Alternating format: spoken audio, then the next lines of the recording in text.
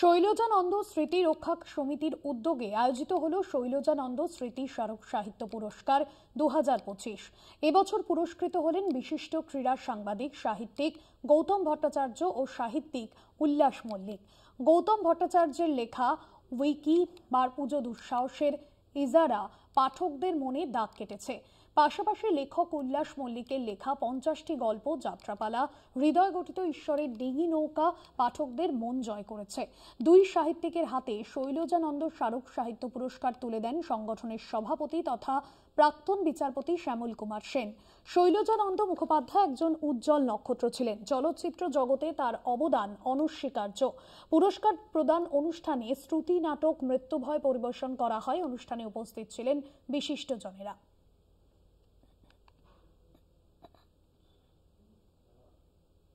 বারবার করে যে পাঠকের প্রচুর আনুকূল্য পেয়েছে, পাঠকরা ভালো বলেছেন, কিন্তু পুরস্কার কমিটির মন জয় করা যায়নি। এবার এটা পুরস্কার কমিটি হচ্ছে ক্রিকেটের সেই সিলেকশন কমিটির মতন। এদের অনেক সময় ওদের আচার আচরণের সঙ্গে সহমত হওয়া যায় না। আসলে সবাই আমরা মনে করি যে আমার পাওয়া উচিত, কিন্তু 33 বছর আমি এই পুরস্কারের জন্য ওয়েট করেছি। সো সেই জন্য আমি বললাম যে আমার কাহিনীটা একটা ওয়েটিং রুমের কাহিনী, যে রোজ দেখেছে যে ট্রেন এসে চলে গেছে, তার সিট নেই, টিকিট নিয়ে ওয়েট করতে করতে 33 বছরে এসে ফাইনালি সে একটা কম্পার্টমেন্টে কনফার্ম টিকিট পেল।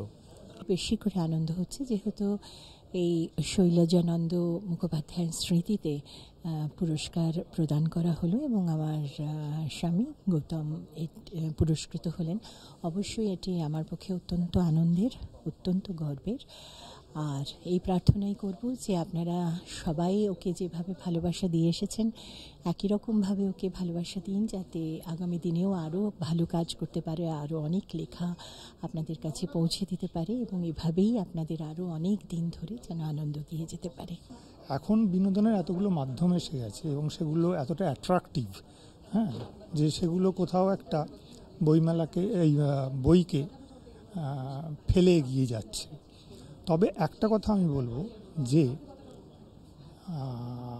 প্রকৃত পাঠক যারা, তাদের সংখ্যা কিন্তু কমেনি। তাদের সংখ্যাটা একই আছে, তখনও এক ছিল, একই এখন।